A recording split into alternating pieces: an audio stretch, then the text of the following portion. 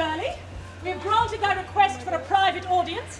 What matter is so urgent that it calls me from my duties to my guests? If by guest your majesty means the pack of jackals fighting over your throne, I shan't say I'm sorry. If they fight, William, it is because we have drawn the ring and set them at it.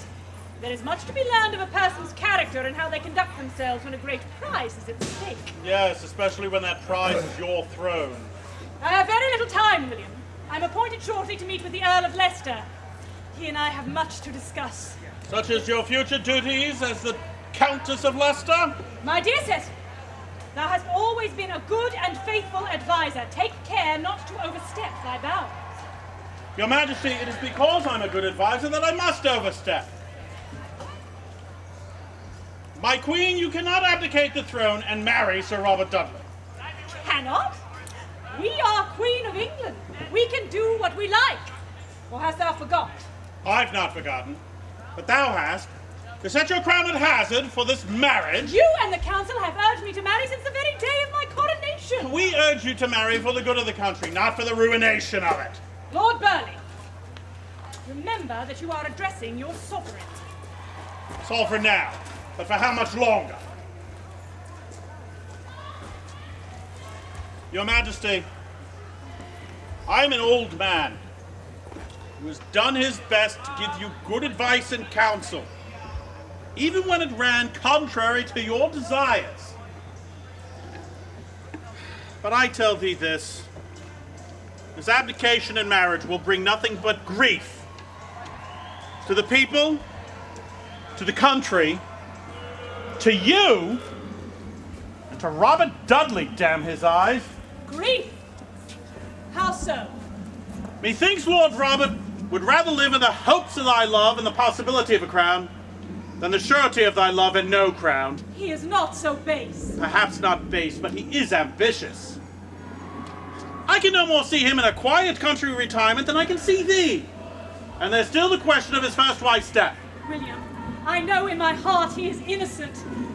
He may have wished to be free of Amy Ronsard, but I do not believe he caused her death. And how, after all these years of fighting to your right to maintain the throne, how can you just simply throw it all away now? Does thou not know how I have struggled with this decision? It was not easy to renounce my birthright, to turn my back on my responsibilities. But my heart has been pierced. And if the people will not have Dudley, then neither shall they have Elizabeth. That is the rationale of a child.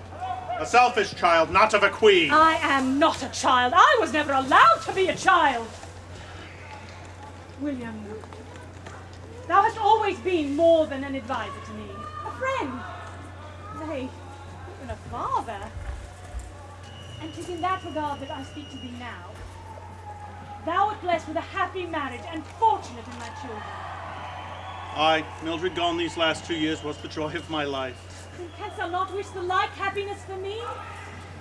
I see two paths diverging before me.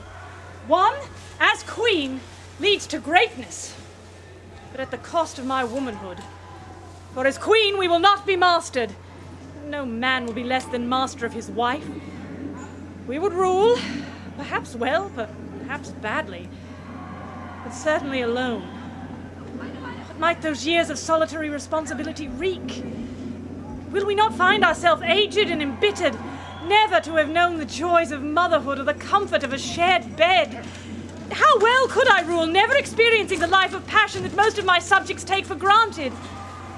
Is a place in history adequate compensation for an empty heart? And how full will thy heart be, having abandoned your people? My father would not have tolerated such insolence. Your father would never have shirked his duty! Even your mother knew when to accept the inevitable and keep silent! Never before knew thee to be cruel, William. Oh, your Majesty, I am sorry. My desperation makes me reckless. Thou didst say there was another path. It is riskier. I do not see clearly where it leads. Most probably it is a path to obscurity. I hope it leads to happiness and contentment, to children and love and a home. All I can see is Robin standing on this path, motioning me to join him, and my heart lifts and I want to leap up and take his hand and run down this path, wherever it may take me. It may take us. Mayhap such a sacrifice need not be made, your Majesty. If it must be Lord Robert Dudley, then perhaps the people can be brought round to it. Nay, William. Thy knowledge of my people is as true as mine own. We both know the English will not have Robert to their king. I myself do not think him worthy of it. Then how can he be worthy of you? Perhaps he is not. Perhaps I'm not worthy of him. I only know that my one chance of happiness lies in his gift, and if I do not take it now, it will never come again.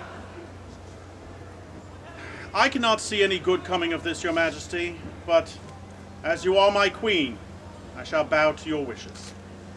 And as I am thy friend? Then with thy permission, I shall kiss thee as a daughter, and wish thee much happiness. Now, since I am determined upon this mad course, let us retire to debate the relative merits of the aforementioned jackals.